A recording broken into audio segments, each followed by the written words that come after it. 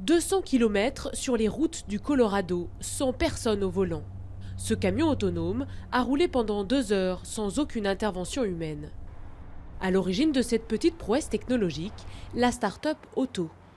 Dans son atelier de San Francisco, une petite centaine d'ingénieurs et de techniciens transforment des poids lourds en camions autonomes. On a des antennes pour le GPS, 2 caméras pour détecter les voitures et les voies, et ici un capteur et un radar. À l'intérieur, une cabine classique, avec un bouton qui permet d'enclencher le pilote automatique et un autre de reprendre le contrôle du véhicule en cas de problème. Au total, l'équipement d'un poids lourd coûte environ 30 000 $. Pour ces pionniers du camion autonome, l'industrie du transport routier a beaucoup à gagner. Le volume des biens transportés chaque jour par camion est absolument énorme. Mais cette industrie est vieille, assez inefficace et dépassée par les nouvelles technologies.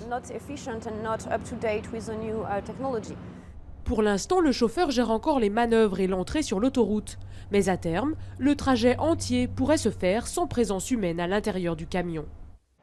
Dans son semi-remorque, Jess préfère ne pas y penser. Les robots, c'est bien, mais pour conduire un camion, non, je n'y crois pas. C'est mon gagne-pain. Qu'est-ce qu'on ferait d'autre? Avec des camions sans conducteur, l'industrie du transport routier pourrait économiser 168 milliards de dollars chaque année. Nous en sommes encore loin, surtout pour des questions sociales et de législation. Mais en pratique, la technologie sera bientôt totalement fiable et beaucoup plus sûre que ne peuvent l'être les humains sur la route. C'est évident qu'il faut le faire le plus tôt possible. Et les 1,7 million de chauffeurs routiers aux États-Unis pourraient de fait se retrouver au chômage.